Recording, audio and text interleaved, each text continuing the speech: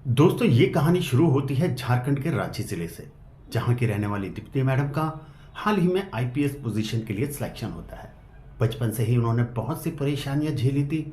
वो जानती थी कि आम आदमी किस तरह से परेशानियां झेलता है। जब किसी अफसर के पास जाता है वो उनकी बात को नहीं सुनते और ना ही उनके लिए किसी तरह की कोई कार्रवाई करते। इन्हीं सब परेशानियों को देखते हुए जो दीप्ति मैडम थी वो बड़ी हुई थी और उन्होंने तय किया था जिस दिन भी मैं किसी बड़े पर पोजीशंस पे पहुंच जाऊंगी, मैं लोगों की ना सिर्फ बात सुनूंगी बल्कि मैं उनके लिए जो कर सकती हूँ वही करूंगी। और इसी तरह से उनका हाल ही में आईपीएस पोजीशन पर जब सिलेक्शन होता है तो उनकी नई नई पोस्टिंग की जाती है। पोस्टिंग के बाद वो लोगों से मिलती और उनकी समस्याओं का समाधान करती। लेकिन दूसरी तरफ उसके जो माता पिता थे वो ये चाहते थे कि बेटी अब पढ़ लिख ली है और अच्छी पोजीशन पर भी है तो इसकी शादी कर दी जाए। वो लगातार अपनी बेटी से कहते कि बेटा अब शादी कर लो, उम्र हो चुकी है। क्योंकि जो दीप्ति मैडम थी उनकी उम्र करीब 31 साल हो चुकी थी, इसलिए उनके जो माता पिता थे वो अक्सर इस बात को लेकर बहुत ज़्यादा परेशान रहते थे। लेकिन दीप्ति का कहना था, दीप्ति मैडम का, कि नहीं, मैं अभी शादी नहीं करना चाहती। अभी अभी तो मैंने अपने करियर की शुरुआत करी है और मैं अभी बहुत कुछ करना चाहती हूँ, समाज में सुधार लाना चाहती हूँ और उसके बाद कुछ सालों के बाद मैं सोचूंगी शादी के बारे में। लेकिन जब माँ बापों को लगता है कि दीप्ति मैडम शादी के लिए तैयार नहीं हो रही तो वो भी उससे अब जिद करना बंद कर देते हैं। वहीं दूसरी तरफ दीप्ति मैडम अब रात दिन अपने काम में जुट जाती हैं। वो सिर्फ हर समय अपने ऑफिस में बैठे हुए ये बात ज़रूर सोचती कि मैं समाज में जो लोग हैं परेशान हैं उनकी मदद किस तरह से करूं, कैसे मैं जानूं कि उनको कोई समस्या तो नहीं है। यही सोचते हुए एक दिन वो क्या करती हैं कि अपने जो साथी सिक्योरिटी गार्ड्स हैं उनको बुलाती हैं और उनसे कहती हैं कि मैं एक बार शहर में घूमना चाहती हूं और देखना चाहती हूं कि लोगों को किस तरीके से वो रह रहे हैं और उनकी समस्याएं किस तरीके से हल की जा रही हैं। इसलिए वो तय करती हैं कि मैं एक साधारण सी महिला का भेष बनाऊंगी और बाहर निकल के देखूंगी। इसके बाद वो एक साधारण महिला की तरह भेष बनाती है जैसे आम महिलाएं होती हैं और बिल्कुल उस तरह का गेटअप करने के बाद और अपने सुरक्षा कर्मियों के साथ निकल जाती हैं। लेकिन सुरक्षा कर्मियों से वो बोल देती हैं कि तुम मेरे साथ में एक गैप मेंटेन करके चलना ताकि किसी को किसी तरह का शक ना हो। और वो अपने सिक्योरिटी गार्ड को अलग भी नहीं कर सकती थी क्योंकि ये प्रोटोकॉल होता है, उनको हर जगह उनके सिक्योरिटी गार्ड को जाना ही होता था। इसलिए सिक्योरिटी गार्ड भी बहुत होशियारी से उनसे अलग अलग चलते हैं। वो पहले सड़क पे चलते हुए सोचती है कि क्या मुझे बाजार में जाके देखना चाहिए या कहीं और जाके देखना चाहिए कि महिलाओं के साथ यहाँ पर किस तरह से बर्ताव किया जाता है। दोस्तों, क्या था कि जो दीप्ति मैडम थी उन्होंने शुरू से ही अपना जीवन एक बंद कमरे में ही गुजार दिया था, पढ़ाई पढ़ाई और उसके बाद अपनी आईपीएस की तैयारी।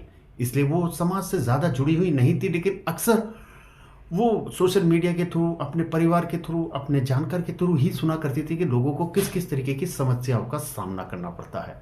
इसलिए उन्हें ज़्यादा जानकारी नहीं थी, लेकिन अब वो खुद बाहर निकल के देखना चाहते थे। इसके बाद वो कुछ दूर चलती हैं तो उन्हें एक पुलिस थाना दिखाई देता है। तो वो सोचती हैं कि क्यों ना सबसे पहले पुलिस थाने में ही जाके देखा जाए कि यहाँ पर आने वाले लोगों के साथ किस तरह से काम किया जाता है। क्योंकि वो एक साधारण से भेष में थी इसलिए उनको कोई पहचान भी नहीं सकता था। वो थाने के अंदर जाने लगती हैं तो बाहर कुछ कांस्टेबल खड़े होते हैं। वो उन्हें रोकने लगते हैं, कहते हैं कि कहाँ जा रहे हो। तो दीप्ति मैडम बोलती हैं कि मेरे कुछ पैसे चोरी हो गए हैं, मुझे उसकी रिपोर्ट दर्ज करानी है। तो वो कहते हैं कि अरे रिपोर्ट का टाइम ख़त्म हो चुका, आप यहाँ से जाओ। वो कहते हैं कि टाइम रिपोर्ट का कोई नहीं होता, 24 घंटे में किसी भी समय आके आप रिपोर्ट दर्ज करा सकते हो। दरअसल वहाँ के जो कांस्टेबल और दूसरे पुलिस वाले थे वो ज़्यादातर रिपोर्ट दर्ज करते नहीं थे और कोई ना कोई बहाना मार के वहाँ से लोगों को वापस कर देते थे। लेकिन दीप्ति मैडम की जिद करने के बाद वो जो कांस्टेबल थे वो उन्हें अंदर जाने देते हैं। वहाँ जाने के बाद जहाँ सामने कुर्सी पर दरोगा साहब बैठे थे, वो दरोगा साहब के पास जाती हैं और कहते हैं कि साहब मुझे अपनी चोरी की रिपोर्ट दर्ज करानी है। ये सुनने के बाद वो पूछते हैं कि क्या चोरी हो गया। वो कहते हैं कि मेरे पैसे थे पर्स में 2000 रुपये, किसी ने रास्ते में बाजार से आते टाइम चोरी कर लिए। मैं ही गरीब इंसान हूँ और यही मेरे पैसों का सहारा है। अब वो कहते हैं कि ठीक है, अपना नाम और पता लिखाओ और घर चले जाओ, जब मिल जाएंगे हम आपको बता देंगे। क्योंकि दीप्ति मैडम को सब पता था कि कार्यवाही किस तरीके से की जाती है, रिपोर्ट किस तरह से लिखी जाती है। ऐसा कुछ भी नहीं हुआ था। वो कहती हैं कि आपने ना मुझसे लिखित बयान लिया और ना ही आपने कोई रिपोर्ट नंबर मुझे दिया, तो मुझे कैसे पता चलेगा। तो ये सुनने के बाद जो दरोगा साहब है वो थोड़ा गुस्सा होते हैं। वो कहते हैं अरे अभी रजिस्टर नहीं है, तुम एक काम करो, वहां जाके कोने में बैठ जाओ। अब काफ़ी देर बैठने के बाद भी जब कुछ नहीं होता, एक बार दीप्ति मैडम अब दूसरे अफसर के पास जाती हैं और उनसे कहती हैं कि मैं काफ़ी देर से बैठी हुई थी, मेरी रिपोर्ट अभी तक किसी ने दर्ज नहीं करी। क्योंकि सभी अफसर वहाँ ये चाहते थे कि ये छोटी मोटी रिपोर्ट किसी तरह से दर्ज ना की जाए, क्योंकि इनसे उनके रिकॉर्ड पे फ़र्क पड़ता था। वो कहते हैं कि कोई बात नहीं, तुम्हारी क्या रिपोर्ट है आप मुझे बता दो, एक पर्चे पे लिखो और चले जाओ। तो वो पर्चे पे लिख कर दे देती हैं। लेकिन उसके बाद में वो कहते हैं कि ठीक है, आपको हम फ़ोन कर देंगे। वो कहते हैं ऐसे कैसे कर दो कि मुझे मेरी रिपोर्ट का वो तो बताओ कि मेरा जो कंप्लेंट नंबर है वो क्या है। वो कहते हैं अरे कंप्लेंट नंबर लिख दिया जाएगा, अभी कंप्यूटर ख़राब है, जब ठीक होगा हम कर देंगे। यानी हर तरीके से वहाँ पे बहाने बनाए जा रहे थे। लेकिन दीप्ति मैडम इस मूड में वहाँ से जाने के बिल्कुल नहीं थी। वो देखना चाहते थे कि ये लोग किस तरह से काम करते हैं। वो कहती है कि नहीं, जब तक मुझे मेरा कंप्लेंट नंबर नहीं मिलेगा मैं तब तक यहाँ से नहीं जाऊँगी। तो वो फिर से एक बार उनको वेट करने के लिए बोल देते हैं। दोस्तों, वहाँ के जो थाने के पुलिस वाले थे वो काफ़ी कोशिश करते हैं इनको टालने की, लेकिन दीप्ति मैडम उनकी बातों को नहीं सुनते। अब वो साइड में ही बैठ के इंतज़ार करने लगती हैं कि अभी तो 1 घंटा लगे, 2 घंटे लगे, कितना भी टाइम लगे, लेकिन जब तक मेरी कंप्लेंट नहीं लिखी जाएगी मैं यहाँ से नहीं जाऊँगी। अभी कुछ ही देर गुजरे थे कि वहाँ पर एक महिला रोती हुई आती है और उसके साथ उसकी माँ और उसकी बहन होती है। और वो आके कहती है कि साहब हमारी रिपोर्ट दर्ज कर लीजिए। वो पूछते हैं कि किस चीज़ की रिपोर्ट है। वो बताते हैं कि हमारे जो पड़ोस में रहने वाला एक आदमी है वो अक्सर हम लोगों को बहुत तंग करता है, परेशान करता है, हमारे साथ छेड़खानी करता है, बीच सड़क पे पकड़ लेता है और ना जाने कैसी कैसी हरकत करता है।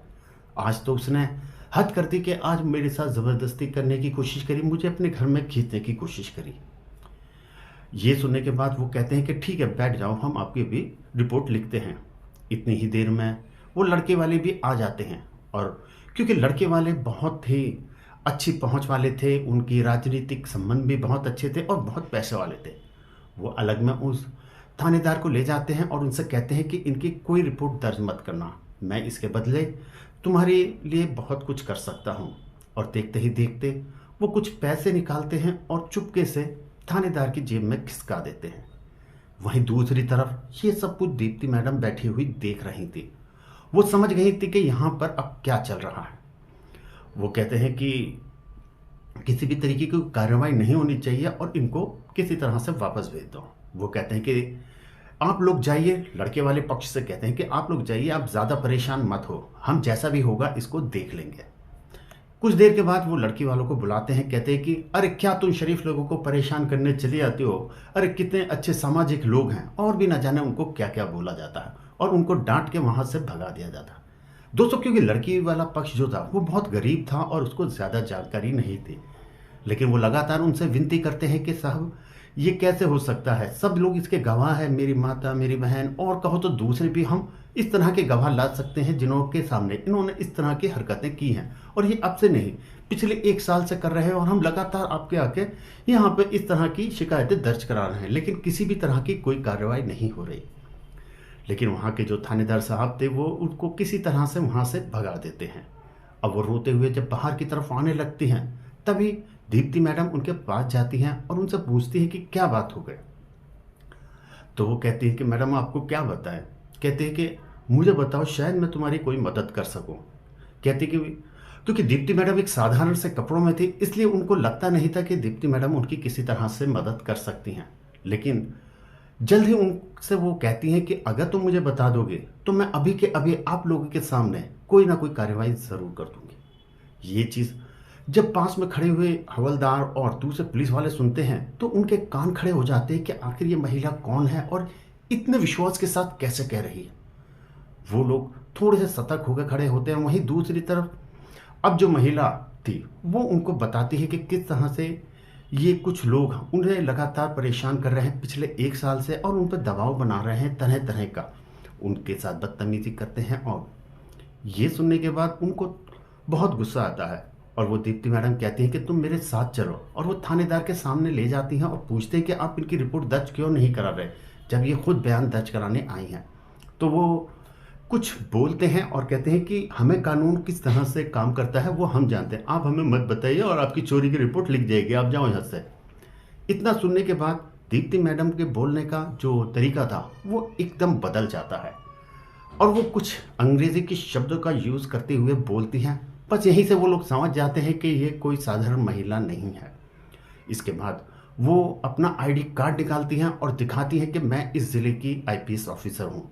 और इतना सुनना था कि वहाँ पे थाने के अंदर जितने भी पुलिस वाले थे वो सब खड़े हो जाते हैं और मैडम को सैल्यूट मारने लगते हैं। कहते हैं कि मैडम गलती हो गई, वो इस तरह की फर्जी कंप्लेंट और भी आती रहती हैं तो हमें लगा शायद ये फर्जी, लेकिन मैडम समझ चुकी थी कि कंप्लेंट फर्जी हो सकती है लेकिन तुम्हारे जेब के अंदर गए हुए पैसे तो फर्जी नहीं हो सकते, जिनको मैं लगातार देख रही थी और ये सब कुछ मेरे सामने घट रहा था। ये चीज़ बहुत गलत हो रही थी और इस चीज़ को मैं अपने ज़िले में बिल्कुल भी बर्दाश्त नहीं करूँगी। तुम लोगों ने मेरे सामने ही गलत किया है। हालांकि पुलिस वाले जितने भी थे सब माफ़ी मांगते हैं और कहते हैं कि हम दोबारा कभी ऐसी हरकत नहीं करेंगे, लेकिन दीप्ति मैडम उन्हें माफ़ करने के मूड में बिल्कुल नहीं होती। वो पहले ऑर्डर देती हैं कि इनकी कंप्लेंट लिखो जो इनको कंप्लेंट है, और उसके बाद अभी तुरंत उन लड़के वाले पक्ष को उठा के लाओ और बंद करो। उनके कहे अनुसार पुलिस वालों को वैसा ही करना पड़ता है। वो तुरंत उसकी कंप्लेंट लिखते हैं और दूसरी तरफ लड़के वाले पक्ष को तुरंत ही गिरफ्तार करके लाया जाता है और उन सभी को बंद कर दिया जाता है।